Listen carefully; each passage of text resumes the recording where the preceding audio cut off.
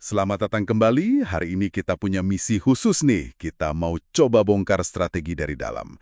Kita akan ngulik bab 10 dari buku klasiknya Kenichi Ohmae, The Mind of the Strategist. Fokusnya di strategi berbasis perusahaan. Betul, seringkali kan kita mikirnya strategi itu ya soal pasar atau produk gitu ya. Ya, nah ini beda.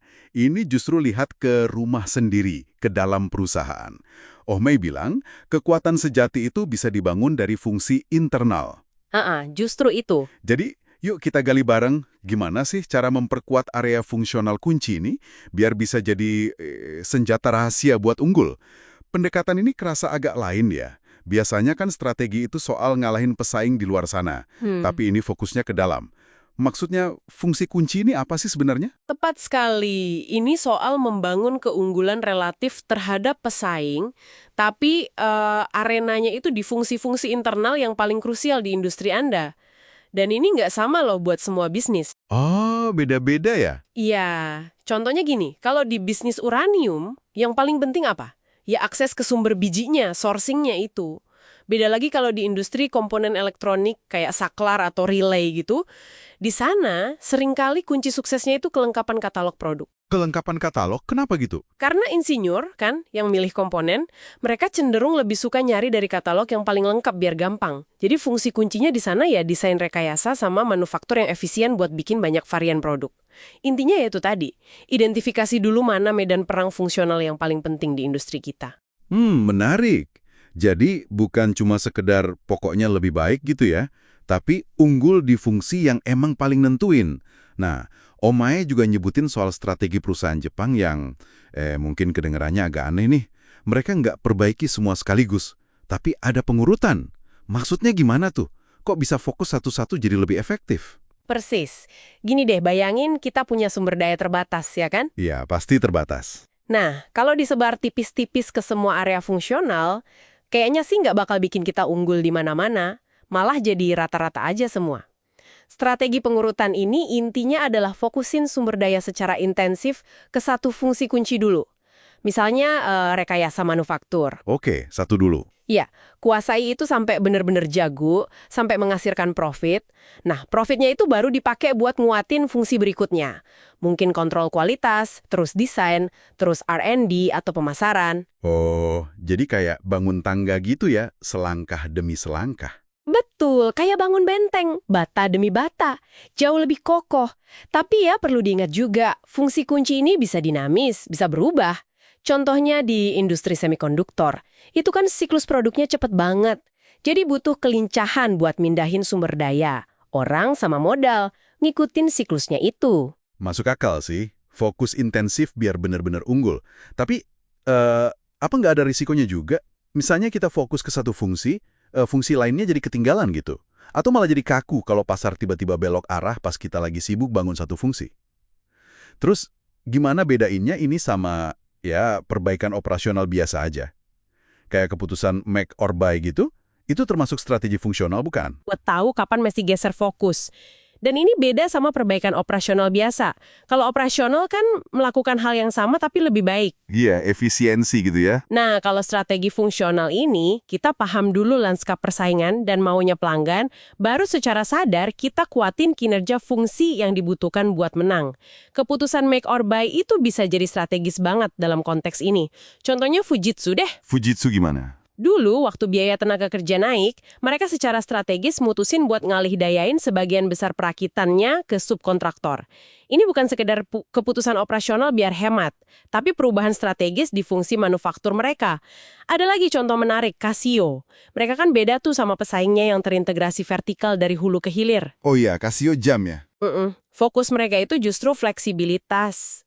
Jago di rekayasa, pemasaran, sama perakitan akhir aja. Investasi di fasilitas produksi malah minimal. Strategi fungsionalnya itu ya mengintegrasikan desain dan pengembangan sama pemasaran secara erat banget. Jadi bisa respons tren pasar super cepat. Bahkan sengaja bikin siklus hidup produknya pendek. Wah, sengaja? Ini pendekin? Iya, biar pesaing yang lebih kaku jadi kelabakan ngikutinnya. Tentu ada resikonya juga sih kalau mereka sampai kehabisan ide produk baru. Oke. Jadi ada pilihan-pilihan strategis ya dalam mendesain dan ngejalanin fungsi-fungsi ini. Terus soal optimalisasi kinerjanya gimana? Terutama buat fungsi yang biaya tetapnya gede, kayak rekayasa atau penjualan gitu. Nah, fungsi-fungsi demand biaya tetap ini biasanya punya ukuran optimal. Ukuran ini seringnya ditentuin sama ekspektasi pelanggan dan juga tekanan dari pesaing. Coba lihat kontrasnya Kodak zaman dulu sama kondisi di Jepang. Kodak kan sentralisasi lab filmnya biar skala ekonominya dapat, tapi akibatnya layanannya jadi lambat. Iya, ingat tuh nunggu jatah foto lama. Nah, di Jepang, karena persaingannya ketat banget, layanan pemrosesan foto jadi super cepat, sampai fotografi instan kayak Polaroid gitu jadi kurang menarik di sana. Ini nunjukin gimana layanan, dalam hal ini fungsi pemrosesan, bisa jadi pembeda kunci. Wah, iya juga ya. Ini jadi bawa kita ke dilema antara biaya tetap sama throughput ya. Maksudnya, seberapa banyak sih output atau layanan yang bisa dihasilin fungsi itu secara efisien?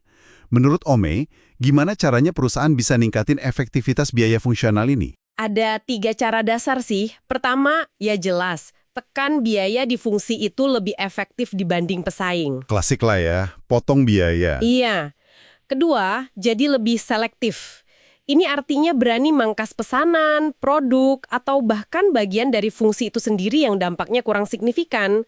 Tujuannya biar biaya turun lebih cepat daripada potensi penurunan pendapatan gara-gara pemangkasan itu.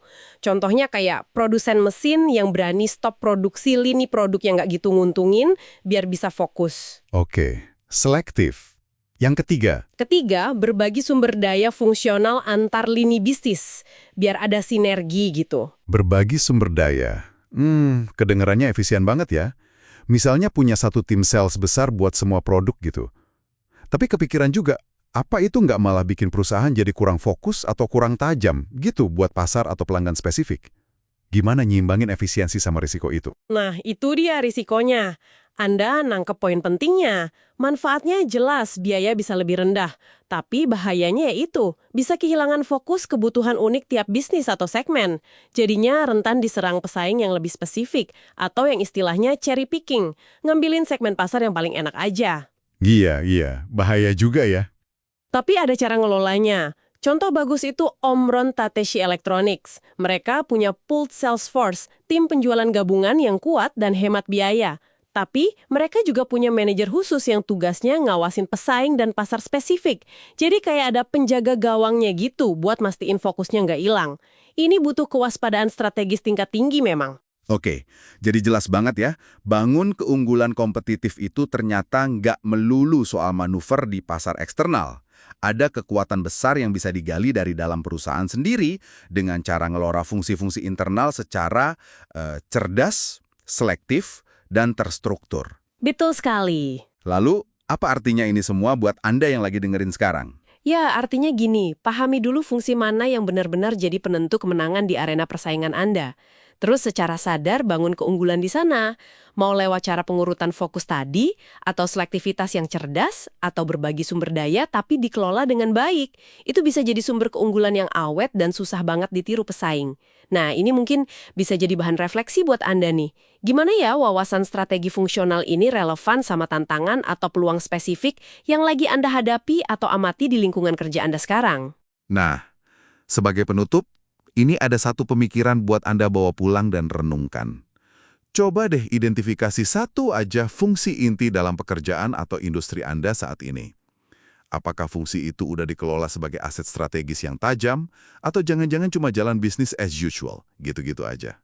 Kira-kira perubahan strategis tunggal apa di fungsi itu yang menurut Anda punya potensi paling besar buat nyiptain keunggulan yang signifikan? Coba direnungkan. Sampai jumpa di pembahasan mendalam kita berikutnya.